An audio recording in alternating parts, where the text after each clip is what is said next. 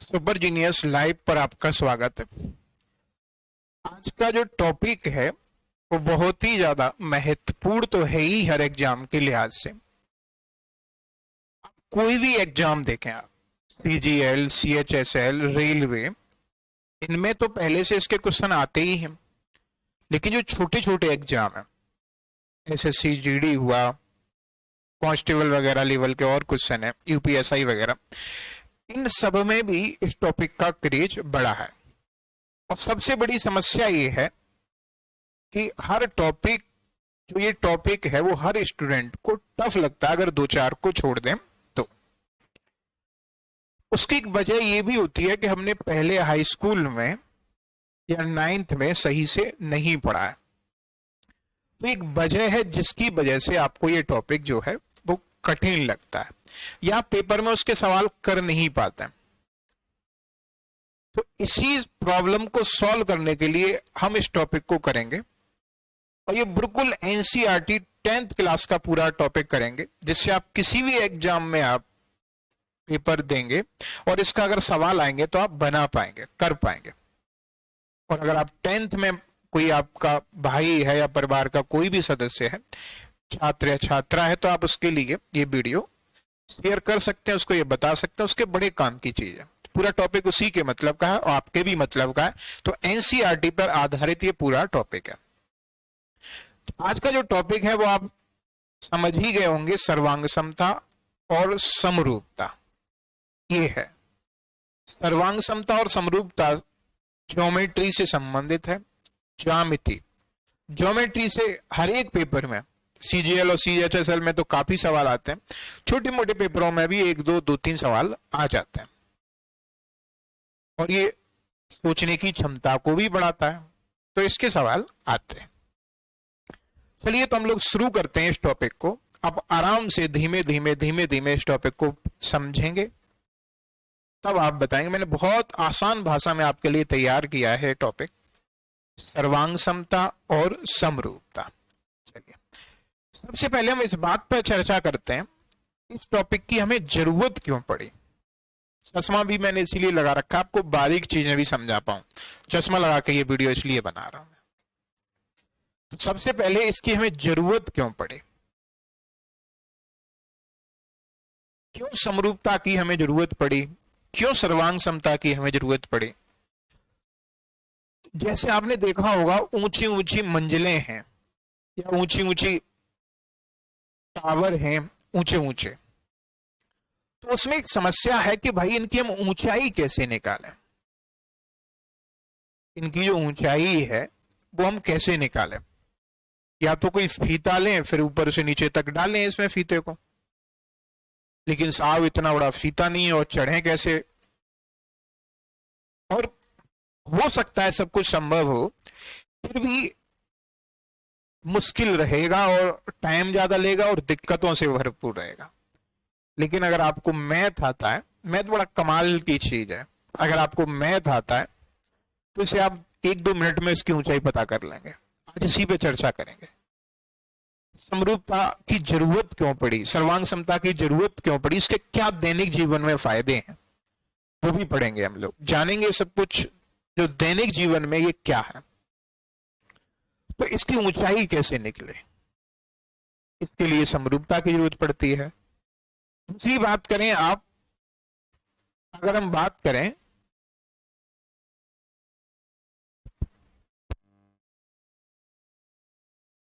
जो आपके सामने दिख रहा है, ये आप एक मॉडल है, ये जो सनी देओल बैठे हुए हैं, सनी देओल साहब, ये जिद्दी पिक्चर का सीन है। ये पिक्चर का सीन इसलिए है, आपने सुना होगा देवा की अदालत, ये जिद्दी मूवी थी, देवा की अदालत उसका है। उसको मत देखिए, आप पिक्चर को भूल जाइए फिलहाल। मैं आपको ये समझाना चाह रहा हूं, जब कोई बड़ी इमारत बनती है, बड़ी बिल्डिंग बनती है, अब उसमें आदमी बाद में तोड़ फोड़ करेगा तो खर्च बहुत ज्यादा होगा, तो उसका पहले एक मॉडल तैयार किया जाता है कि साहब हमें ऐसी बिल्डिंग बनवानी है। वो कहता है नहीं नहीं, ये साहब गेट अच्छा नहीं है, गेट पीछे की तरफ मुंह करिए, इधर लगाइए, तो उसमें तोड़ मरोड़ के आराम से सेट कर दिया जाता है। तो ये कम खर्च में बन जाता है, ये फॉर्म वगैरह का बनता है। आपने गाड़ियां देखी होंगी मेले में, बड़ी गाड़ी है, जैसे ये बच्चा बैठा हुआ गाड़ी में खुश है, ऐसी ही बड़ी गाड़ी बन जाती है बाद में, नहीं ये लोग अच्छा लग रहा है, इसी तरीके की बड़ी गाड़ी बना देते हैं। तो ये सब समरूप, इसे समरूप के उदाहरण, ये इसके फायदे हैं, क्यों समरूपता की हमें जरूरत पड़ी। पहला बता, मीनार की ऊंचाई, दूसरा ये गाड़ी वगैरह, यानी कि मॉडल तैयार किए जाते हैं कि साहब ऐसी गाड़ी दिखेगी आपको। फिर कोई कहता नहीं नहीं इसमें ये गाड़ी में ये गेट पहिया थोड़ा छोटा होना चाहिए, तो ऐसा कर देते हैं।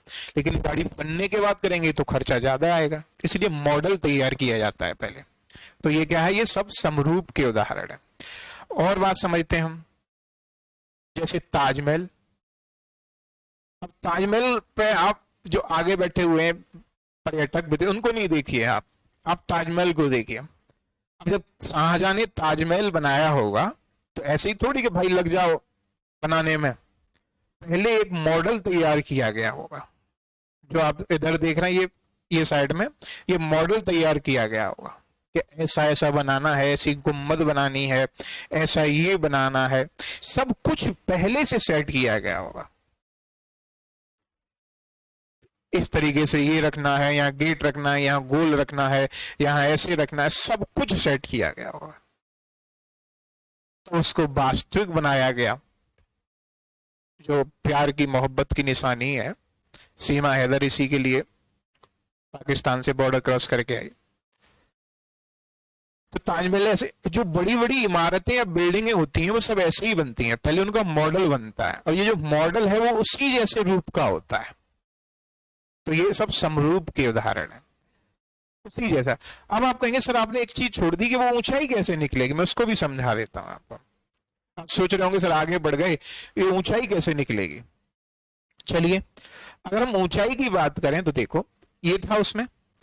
अगर हम बात करें तो यहां पे आप देखिए भाई साहब, मीनार है, टावर या मीनार जो भी कहें आप, और जो आदमी की ये आदमी मैं ही हूं, मैं ही खड़ा हुआ हूं। तो ये जो हमने आदमी खड़ा हुआ किया हुआ है, मैं आपको यहाँ पे थोड़ा सा लाइन वाइन करके समझाता हूं। तो आप ये थोड़ा सा मैं नया यूज कर रहा हूं, तो आप टेंशन नहीं लेने का, ये मेरे पास व्यवस्थाएं बहुत अच्छी अच्छी हैं। तो आप यहाँ पे देखो ध्यान से, जो आप इधर देख रहे हैं आप, जो मीनार है वो मीनार भैया पीसी उसकी ऊंचाई हमें निकालनी है, क्योंकि वो बहुत ऊंची होगी, उसकी ऊंचाई निकालना आसान काम नहीं है। तो आप देखिए भैया कि जो ये कोई भी आप देख लो छोटा सा ही, मैं आपको समझा रहा हूं, आप ध्यान से देखना। ये मैंने मार्कर वार्कर चेंज कर लिए, तो देखो अब देखना आप ध्यान से, जो ये बीसी है ये हमें पता करना है।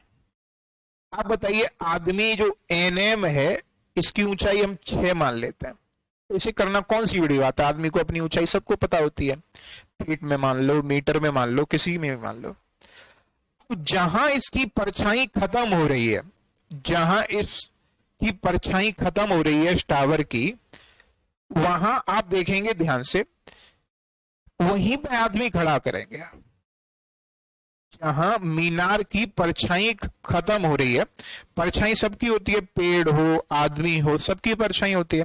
परछाई तब होती है जब सूर्य विपरीत हो। दिन में 12 बजे सूर्य ऊपर होता है तो परछाई बिल्कुल नहीं होती है, धीमे धीमे परछाई शाम तक बढ़ती जाती है जब सूर्य नीचे को ढलता जाता है।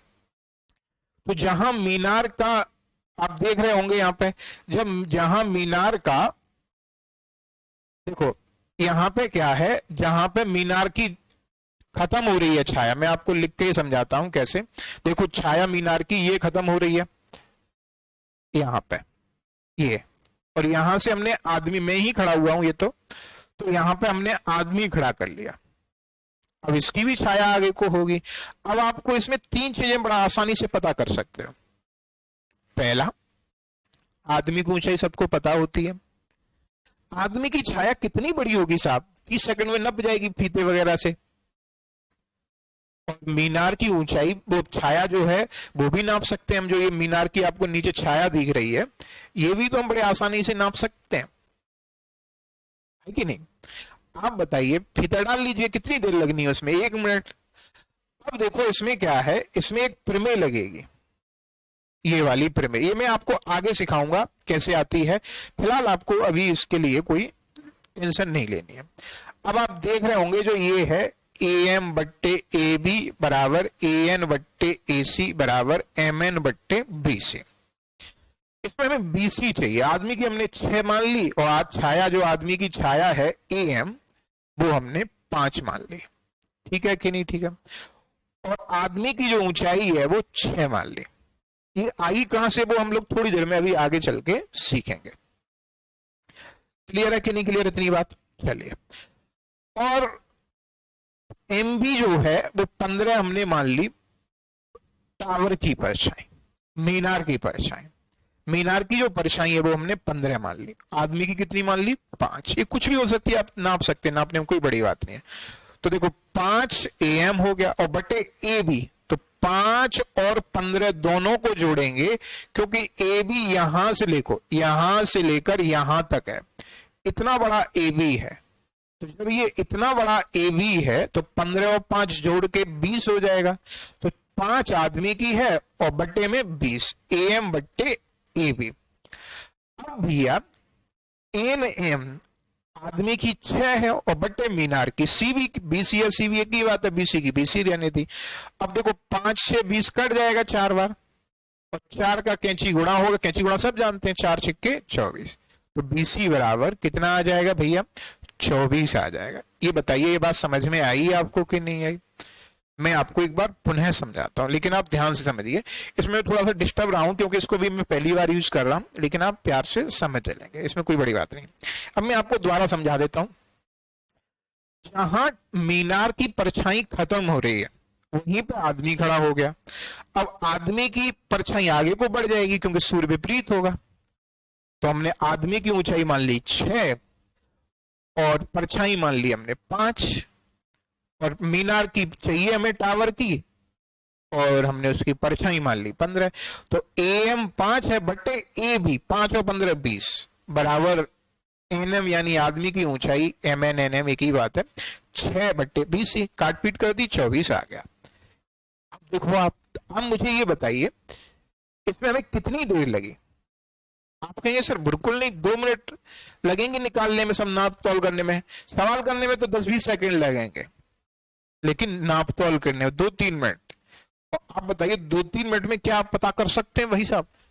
चढ़ने में 15 मिनट लग जाएंगे अगर चढ़ने की व्यवस्था होता हो इतनी ऊंची मीनार पे, और नहीं है तो एक आध दिन लगेगा ऊंचाई पता करने में।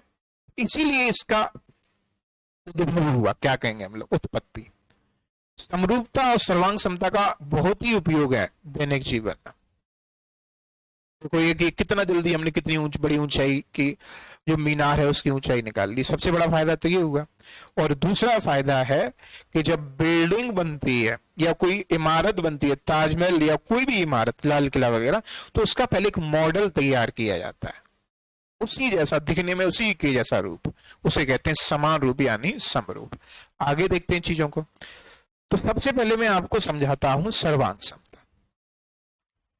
ये मैं इसको आपको अलग से समझाऊंगा, लेकिन यहां पर थोड़ा सा समझा देता हूं, इसके सवाल हम आपको अलग से कराएंगे।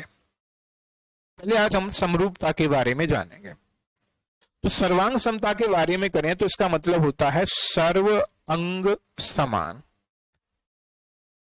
बिल्कुल देखने में हूबहू, बिल्कुल हूबहू भाई साहब, सर्वांग समान। आप कहेंगे ऐसा क्या होता है? जैसे एक जैसी बिल्डिंग है, आप आराम से देखिए, एक जैसी बिल्डिंग है, आप बिल्डिंग है, अब इन पर कलर और कर दो साहब, आदमी अपना घर भूल जाएगा मेरा घर कौन सा है इसमें। या रात को पी के आए, दूसरे के घर में घुस जाना है, क्योंकि सब एक जैसी है दिखने में। आपने पिक्चर वगैरह में देखा होगा, बड़े बड़े शहरों में, विदेशों में एक जैसी इमारतें होती हैं। अपने यहाँ भी कुछ जगह है एक जैसी, आदमी किसी के घर में भी घुस जाए, आप देख रहे होंगे। तो ये सर्वांग समय, बिल्कुल देखने में एक जैसी। बिस्कुट, एक पार्ले जी या कोई भी आपने 20-20 बिस्कुट लिया, बिस्कुट लिया साहब, अब बच्चे से पूछो ये वाला लेगा ये वाला लेगा, वो मुंह बनाएगा। कोई भी दे दो, इसका मतलब क्या है, बड़े छोटे होते तब थोड़ी कोई भी ले लेता, बड़ा वाला इसलिए बड़ा होता तो बड़ा वाला लेता। यहाँ तो एक जैसे हैं, सम सर्व रूप सम, मतलब सर्वांग सम, सब कुछ एक जैसा, तो कोई भी दे दो कोई फर्क नहीं पड़ता। चूड़ियां, कंगन की बात कर ले हम, अगर हम चूड़ियों की बात करें, कंगन की, आप कंगन देख रहे होंगे, मैंने अपना फुल हटा दिया है, तो कंगन की बात कर रहे होंगे तो चूड़ियां एक जैसी होती हैं, किधर भी कौन सी पहन लो, कौन से भी हाथ में कंगन। और ये इनके आप कानों की क्या कहेंगे, इनको रिंग झुमके जो भी कहेंगे, लड़कियां जानती होंगी इसे। तो ये जो झुमके हैं वो दोनों सर्वांग सम होंगे, एक जैसे दिखने में, कौन से ही कान में पहन लो, मतलब जहां फर्क ना पड़े, कोई सा भी कौन से में यूज कर लो। पंखे एक जैसे लाए आप, एक ही कंपनी के, फिर कोई कहे कौन सा लगाऊं इस कमरे में, आपको कोई सा भी लगा दो, एक ही जैसे तो हैं सब, तो वो सर्वांग सम है, सब कुछ एक जैसा है। और भी उदाहरण हो सकते हैं, रियल लाइफ में भी ऐसे उदाहरण मिलते हैं हमको। अगर हम रियल लाइफ की बात करें तो आपने एक पिक्चर आई थी धूम 3, अगर हम धूम 3 की बात करें तो धूम 3 में आपने देखा होगा वो जादू सर्कस होता था। तो सर्कस साहब ऐसे होता था कि एक बच्चा इधर से गायब, उधर से दूसरा, लोग सोचते थे ये दूसरा कहां से आया, जबकि थे दो, है कि नहीं, थे कितने, दो थे वहां, वो एक जैसे थे, लोग पता नहीं कर पाते थे कौन सा गया कौन सा आया। सी ऐसी पिक्चरें हैं, जुड़वा कई है, उसमें आमिर खान के डबल रोल था, तो एक के गोली लग जाती है, आपने अगर धूम 3 देखी हो, दूसरा को पुलिस देख लेती है, कहती है गोली का निशान तो है ही नहीं। तो ये क्या है, सर्वंग समान, आदमी कंफ्यूज हो जाए है कौन सा वाला, तो सर्वंग समान हो तो उसे हम क्या कहते हैं, सर्वांग सम। और भी मैं आपको उदाहरण देता हूं अभी, तब आपको क्लियर होगा। आपने पिक्चर देखी होगी जुड़वा 2, अब इसमें क्या होता है आपने देखा होगा, एक हीरो है, दूसरा कमजोर होता है, तो एक के चक्कर में दूसरा पिट जाता है, एक चोरी करता है, दूसरे को पुलिस पकड़ लेती है। लड़कियों को नहीं देखना है आपको, हीरो जो हम समझा रहे हैं उसको समझना है। आमिर खान के आपने उसमें 2 रोल देखे ही थे, एक इधर से निकलता है, पुलिस उसके पीछे, तब तक दूसरा आ जाता है, लोग चकमा खा जाते हैं, ये दूसरा कहां से आया। एक और पिक्चर थी तूफान, जो तीसरा वाला सीन है, आया आया तूफान, भागा भागा शैतान, उसमें भी तूफान एक हीरो है शक्तिशाली है, दूसरा जादूगर है, गुंडा उसे पकड़ के पीट पाट कर देता है, जो कमजोर वाला शक्तिशाली वाले के चक्कर में। तो आदमी कुल मिला के कहने का मतलब यह है, जहां आदमी कंफ्यूज हो जाए, जहां आदमी कंफ्यूज हो जाए, कौन से को पकड़ रहा है भाई साहब, यहां जुड़वा एक तरीके से हम ये कह सकते हैं, उसे कहते हैं सर्वांग सम, हूबहू एक जैसे, सर्व अंग समान, ये दैनिक जीवन में है उपयोग। अब आपको सर्वांग सम थोड़ा बहुत क्लियर हो गया होगा कि दिखने में एक जैसे, बहुत से उदाहरण हो सकते हैं, 4 कुर्सी एक जैसी ली, 4 कुर्सियों का सेट, अब कोई कहे कौन से बैठोगे तुम, अब कौन सी भी डाल दो भैया, चारों एक जैसे हैं, है कि नहीं। तो ये क्या हो गया, ये भी आपका सर्वांग सम हो गया। बहुत से उदाहरण हो सकते हैं, 2 कॉपी एक जैसी, 2 किताबें एक जैसी, पता न कर पाए कौन सी किन की है, तो सब सर्वांग सम। इसके सवाल हम लोग किसी अगली वीडियो में करेंगे, सर्वांग समता को हम लोग आज ज्यादा नहीं पढ़ेंगे, बस मैंने आपको बता दिया है ताकि आप कंफ्यूज ना हो समरूप और सर्वांग समता में। आज हम लोग समरूपता पढ़ेंगे, सिमिलरिटी। सिमिलरिटी के बारे में समझते हैं, तो सिमिलरिटी के बारे में अगर हम समझें तो सिमिलरिटी का मतलब होता है समान रूप।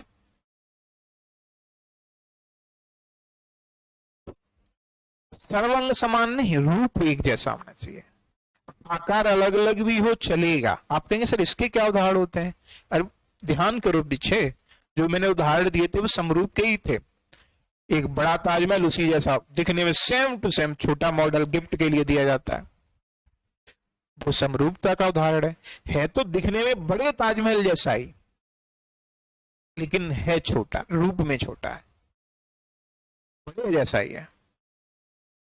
कभी कभी देखे होंगे बाप और बेटे एक जैसे होते हैं, दिखने में एक जैसे, लेकिन बराबर के तो नहीं हो सकते, माँ बेटी एक जैसी होती है, तो माँ बेटी जब एक जैसे हैं तो दिखने में तो एक जैसे हैं, लेकिन छोटे बड़े तो होंगे, आकार अलग अलग होना चाहिए।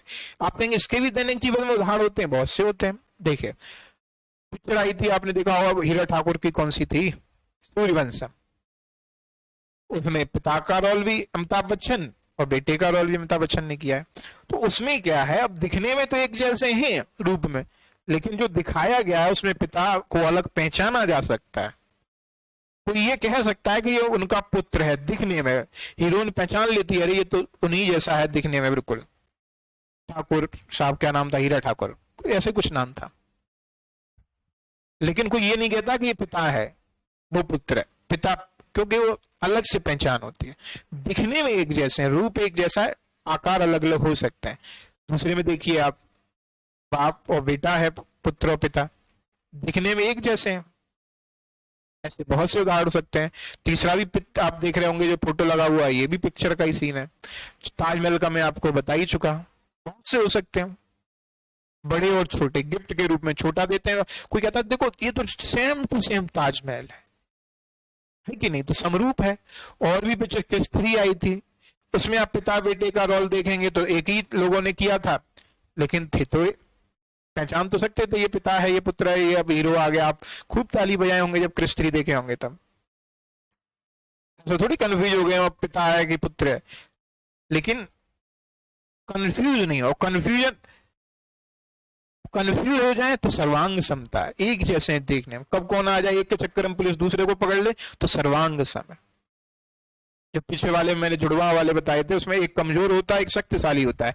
एक चोरी करता है, एक गुंडों को मारपीट करता है, दूसरे को पुलिस पकड़ लेती है, कंफ्यूज हो जाती है। यहाँ कंफ्यूजन नहीं है, पिता पिता ही रहता है, पुत्र पुत्र ही रहता है, लेकिन दिखने में एक जैसे। और भी उदाहरण हो सकते हैं, हाथी मेरा साथी, हाथी हाथी का बच्चा, ये दोनों एक जैसे हैं। जिराफ बिल्कुल एक जैसे, उसकी गर्दन लंबी तो उसकी भी गर्दन लंबी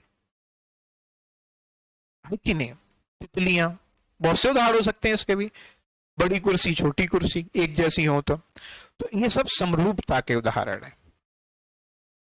आकार अलग अलग हो लेकिन दिखने में एक जैसा हो। अब मुझे ये लगता है आप समरूप और सर्वांग समता, सिमिलरिटी और कॉन्ग्रुएंसी में आप अंतर पता कर पाएंगे। जैसे सिमिलरिटी में क्या होता है, आकार बड़ा छोटा होता है लेकिन एक ही जैसा होता है, लेकिन सर्वांग समता में आकार छोटा बड़ा नहीं होता है, सब कुछ एक जैसा होता है। आदमी एक के चक्कर में दूसरा भी ले सकता है, कंफ्यूज हो सकता है। ऐसी 2 पेन ले आओ तो मैं पूछूं आप कौन सी लेंगे, आप कहें सर एक ही जैसी तो है, कोई सी भी दे दो, तो ये सर्वांग समता है। 2 कॉपी एक जैसी, मैंने बहुत से उदाहरण दिए, 2 गेंदें एक जैसी, छोटी बड़ी हो तब तो वो समरूप है।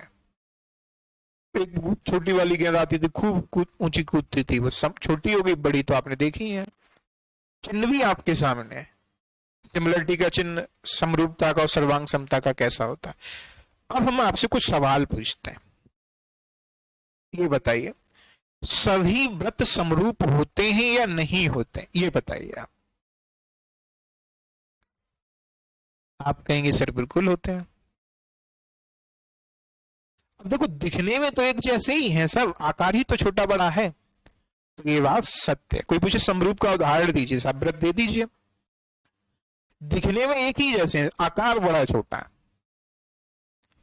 सभी वर्ग समरूप होते हैं, कोई पूछे तो अरे साहब वही तो है, वर्ग दिखने में तो एक ही जैसे होते हैं, लेकिन छोटे बड़े आकार अलग अलग हो सकता है। समरूपता पर ही हम लोग बात करेंगे, सर्वांग समता को बस मैंने समझाया था थोड़ा सा आपको, आप कंफ्यूज ना हो जाए। बात तो हम सर्वांग समता की किसी अगली वीडियो में करेंगे, तब सवाल भी कराएंगे, यहाँ ज्यादा हो जाएगा। किसी ने पूछा सभी संभाव त्रिभुज क्या होते हैं साहब, आप कहेंगे ये भी तो दिखने में एक ही जैसा है, सब देखने में एक जैसे हैं। समरूप त्रिभुज, ध्यान रहे इक्विलेटरल ट्रायंगल, तो ये भी समरूप होंगे। सभी समषट्भुज, हेक्सागोन, रेगुलर हेक्सागोन, ये भी होंगे। कोई पूछे पॉलीगोन ले तो समबाहुभुज, तो वो भी अगर समान भुजा के और सभी संगत कोण बराबर, संगत कोण में अभी आगे समझाऊंगा, एंगल बराबर है, तो वो भी समरूप होंगे। अब आप कहेंगे सर ऐसी कोई चीज होती है जो समरूप ना हो? होती है भाई साहब। आप बताइए चतुर्भुज कह दे, उसने कह दिया सभी चतुर्भुज समरूप होते हैं? नहीं होंगे। आप देखिए पहले वाले दोनों चतुर्भुजों को, क्या आपको समरूप दिख रहे हैं? आप कहेंगे बिल्कुल नहीं दिख रहे।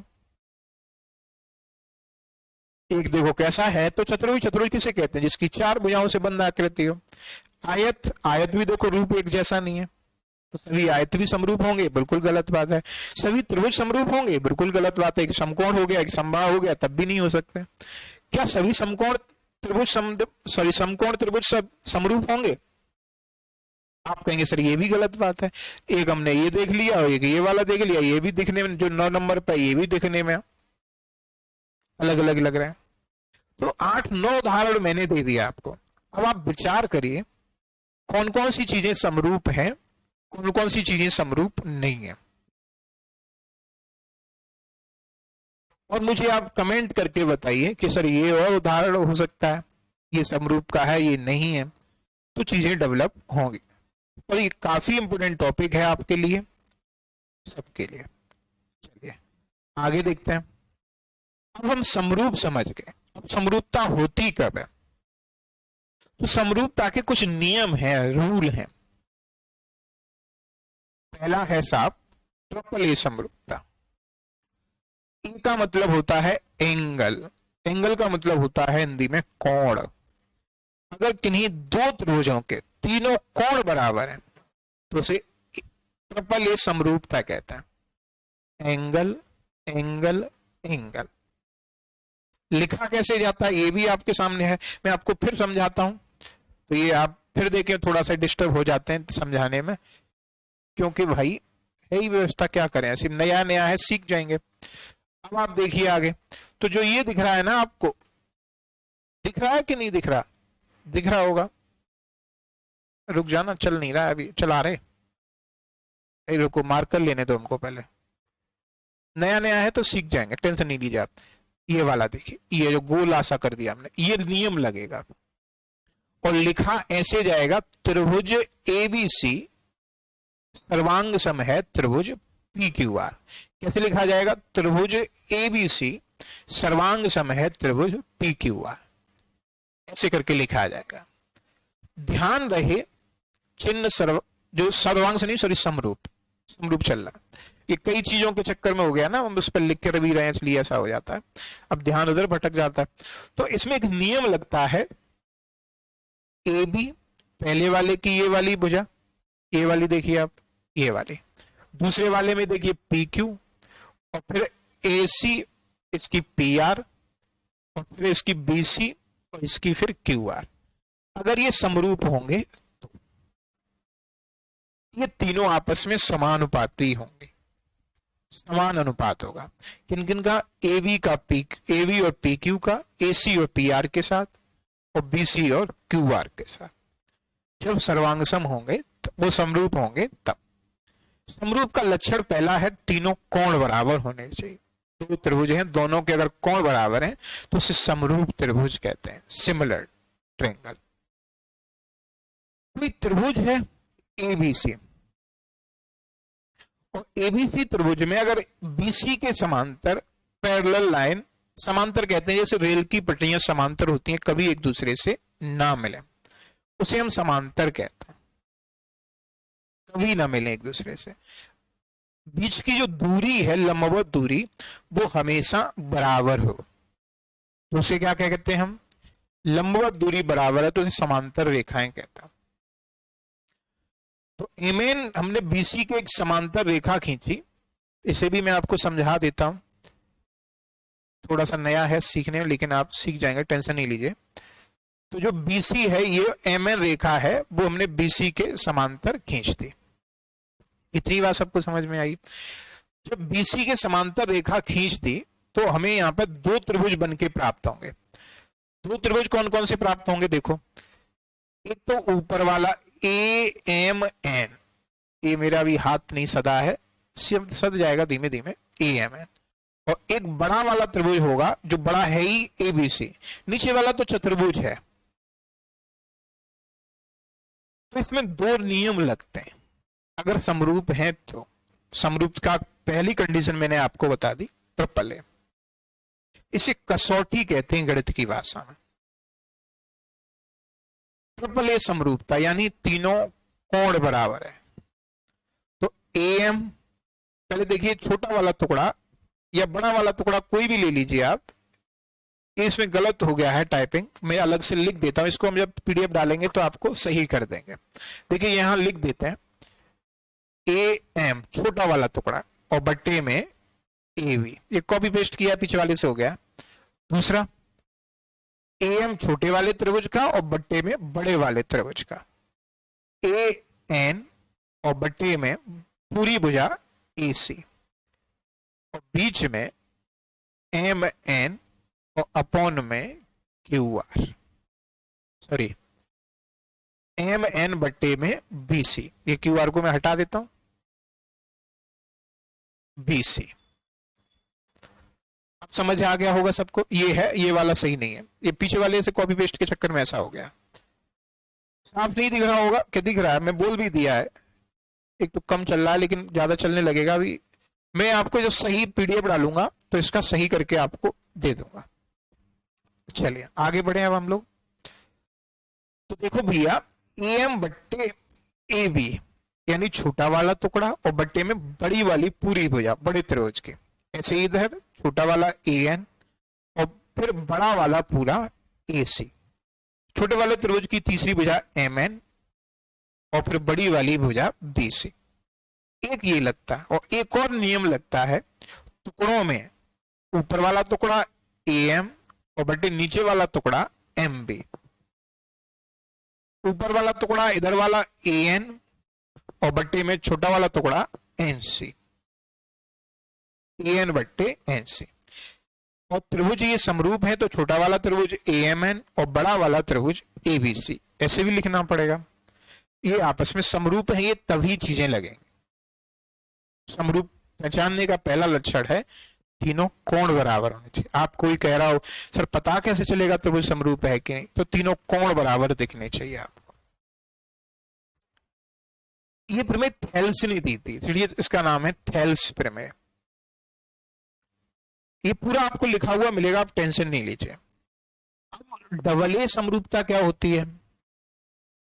अगर किसी त्रिभुज के तीनों कोण न दिए जाएं और दो ही कोण दे दिए जाएं तब तो उसे कहते हैं डबल ए समरूपता। ये वही है, कोई अलग नहीं है, वही वाली है। डबल ए समरूपता का मतलब है तीसरा कोण अपने आप बराबर हो जाएगा। कैसे? देखो इसके जो दो कोण हैं वो दो कोण कितने हैं, तो आप कहेंगे सर दो कोण हैं, वो दो कोण आपको दिख रहे होंगे। ये क्या आ गया, गलती से रुकना एक मिनट, ये नहीं सही है, कोई दिक्कत नहीं। चलिए तो देखो दो कोण जो हैं वो आपके कितने कितने दे रखे हैं आपको, देखो एक तो दे रखा है 60 और एक दे रखा है आपको 70। मैं इसका पहले साइज बड़ा कर लूं तब आगे बढ़ेंगे। देखो तो एक 60 दे रखा है और एक दे रखा है 70। तो अब मुझे बताइए 60 और 70 जोड़ के कितना होगा, तो आप कहेंगे साहब 130। अब तो दिख रहा है, वाह कितना अच्छा दिख रहा है, 130। तो त्रिभुज के तीसरा कोण जो निकलेगा वो 180 तीनों कोणों का ये होता है। तो 180 में से अगर मैं 130 घटा दूं तो तीसरा कोण निकल आएगा 50। आप बताइए इतनी बात समझ में आई कि नहीं आई आपको? बिल्कुल आ गई होगी। और अगर हम आगे की बात करें ऐसे दूसरे त्रिभुज की, तो ये देखो 60 और 50 110 होता है, तो ये वाला कोण निकल के आ जाएगा 70। अब मैं यहाँ एक बात कह सकता हूं सर इसके तो तीनों कोण बराबर हैं। पहले वाले के भी जो कोण हैं वो पहले वाले के भी साफ 60 70 और 50 हैं और दूसरे वाले के भी 60 70 50 हैं। तो यहां वही कह सकते हैं ट्रिपल ए समरूपता। तो ट्रिपल ए और डबल ए एक ही बात है, नाम अलग अलग हैं लेकिन है एक ही बात। अगर किन्हीं दो त्रिभुजों के दो कोण बराबर हैं तो तीसरा तो अपने आप बराबर होगा, जबरदस्ती होगा, होना पड़ेगा उसको साफ। आप बताइए मित्रों इतनी बात समझ में आई कि नहीं आई? बिल्कुल आ गई होगी। तो अगर तीन कोण बराबर हैं तो उसके दो कोण भी कैसे होंगे? बराबर होंगे। या हम कहें दो कोण बराबर हैं तो तीन कोण बराबर होंगे, उल्टा कह गया मैं। तो अगला है एसएसएच समरूपता। संगत भुजाओं का अनुपात समान हो, समानुपाती हो, सामान लिख गया है, टाइपिंग मिस्टेक है, समान, समानुपाती हो यानी समान अनुपात हो। तो ऊपर वाले में देखिए साहब, तो ऊपर वाले की अगर हम बात करें तो ऊपर वाले में क्या है, ऊपर वाले में तो सब बराबर है। देखो ये जो 9 है वो इस वाले 9 के बराबर है, ये 6 है ये 6 के बराबर है, ये 7 है ये 7 के बराबर है। तो तीनों भुजाएं बराबर हो गई, या हम कह सकते हैं 1 का गुना हो रहा है, 6 एकन 6, 7 एकन 7, 9 एकन 9। तो त्रिभुज एबीसी और जो FED है वो दोनों कैसे होंगे, वो समरूप होंगे। इतनी बात समझ में आई सबको, बिल्कुल आ गई होगी। लेकिन नीचे वाले में आप देखिए तो उसमें बराबर नहीं है लेकिन गुना समान हो रहा है। आप बताइए 10 का 1.5 गुना 15 होता है, ये बात सही है? 10 का 1.5 गुना 15 होता है, 10 का आधा 5, 5 जोड़ देंगे 15। ऐसे ही 12 का 1.5 गुना 18 होता है, 12 और 6 18। ऐसे ही 8 का 1.5 गुना 12 होता है, 8 और 4 12। तो यहाँ जो तीनों भुजाएं हैं वो 1.5 गुनी हो रही हैं। जो तीनों भुजाएं हैं वो कितने कितने गुनी हो रही है, 1.5 गुनी। तो यहां तो सब समानुपाती हो रहा है साहब, अनुक्रमान यानी जो अनुपात है वो बराबर हो रहा है, तो ये भी समानुपाती होगा। बिल्कुल, लिखेंगे कैसे? CA का डबल है FD, तो त्रिभुज CA भी सीधा लिख सकते हैं, CA भी समरूप होगा FD के। बिल्कुल। एक लास्ट बचता है, मैंने आपको द्वारा समझाऊं। पहला था अगर तीनों कोण बराबर हो, तीनों कहे या दो कहे एक ही बात है, तीसरा अपने आप बराबर हो जाता है। दूसरा था हमारा SSS, और तीसरा लास्ट बचता है हमारा साइड एंगल साइड। ये साइड एंगल साइड क्या होता है इसे समझते हैं। साइड एंगल साइड का मतलब होता है साहब दो भुजाओं के बीच वाला कोण बराबर, और तौर को ना हुए, दो भुजाओं के बीच वाला कोण, दो भुजाएं बराबर हो या उनका अनुपात बराबर हो, और बीच का कोण जैसे यहां देखिए आप। तो यहां की अगर हम बात करें तो यहां ये 17 है, 17 का 3 गुना इधर है, 17 तिया 51। ऐसे 37 का 3 गुना है 111। सही है, 3 गुना है। 37 का 3 गुना है 111। और जो इनके बीच वाला कोण पड़ रहा है वो यहां भी 47 है। अब तो देखो सही चल रहा है, सीख गया। और यहां वाला भी 47 है। साइड, बीच वाला एंगल, फिर साइड, साइड एंगल साइड। तो साइड एंगल साइड है तो वो त्रिभुज कैसा होगा, समरूप होगा। बोलो भाई समरूप की कितनी कंडीशन बताइए मित्रों। आप कहेंगे सर 3 कंडीशन। पहली ट्रिपल ए डबल ए इसी का रूप है, एक ही बात है। दूसरी ट्रिपल एस, तीनों भुजाएं बराबर हो या अनुपात बराबर हो। तीसरी साइड एंगल साइड, दो साइडें बीच में एंगल है तो बीच वाला कोण बराबर। ये थी आपकी समरूपता की कंडीशन। अगली वीडियो में हम लोग इसके सवाल लगाएंगे हाई स्कूल की किताब से, एनसीईआरटी वाली से, 10th क्लास की से। चलिए मिलते हैं अगली वीडियो में, तब तक के लिए जय हिंद, बने रहिए। और इसकी इसकी PDF आपको मिल जाएगी, आपको मैथ्स बाई कृष्णकांत चैनल पे। पूरी इसको हम डाल देंगे जैसी यूं की त्यों। अब मैं आपको कहीं नाम लिख के और दिखा दूं, अभी इसमें थोड़ा सा मेरे हाथ नए हैं तो इसलिए थोड़ा सा देखिए, यहाँ लिख देता हूं। कैसे लिखा जाएगा मैं आपको बताता हूँ, खूब डार्क करके तब बताऊंगा जिससे आपको मोटा मोटा दिखे। MATHS, maths by Krishnakant. ये टेलीग्राम चैनल है साहब, टेलीग्राम आप डाउनलोड कर लीजिए। टेलीग्राम पे ये मैथ्स बाई, जैसे व्हाट्सएप होता है वैसे ही टेलीग्राम होता है, उस पर ये पूरी सीट डाल देंगे आपको। आप आराम से सवालों के भी डाल देंगे, उनके सॉल्यूशन सहित, वहां से आप पढ़ सकते हैं। अगर और इसको आप शेयर करें सभी लोग, तो जो हाई स्कूल के पेपर देंगे इस बार, उनके लिए ये बड़ी काम की चीज है। अब स्कूल में पढ़ाया जाता है तो इतना प्रैक्टिकली नहीं पढ़ाया जा सकता है, कि क्योंकि वहां बोर्ड पर नहीं समझाया जाता है। और बाकी एग्जामों में भी आता है, CHSL CGL सभी एग्जामों में ज्योमेट्री आती है, छोटे छोटे एग्जामों में भी आने लगी, लेकिन स्टूडेंट कम कर पाते हैं। वजह है वही हाई स्कूल में सही से ना पढ़ना। चलिए भाई साहब, मिलते हैं हम लोग अगली वीडियो में, तब तक के लिए जय हिंद।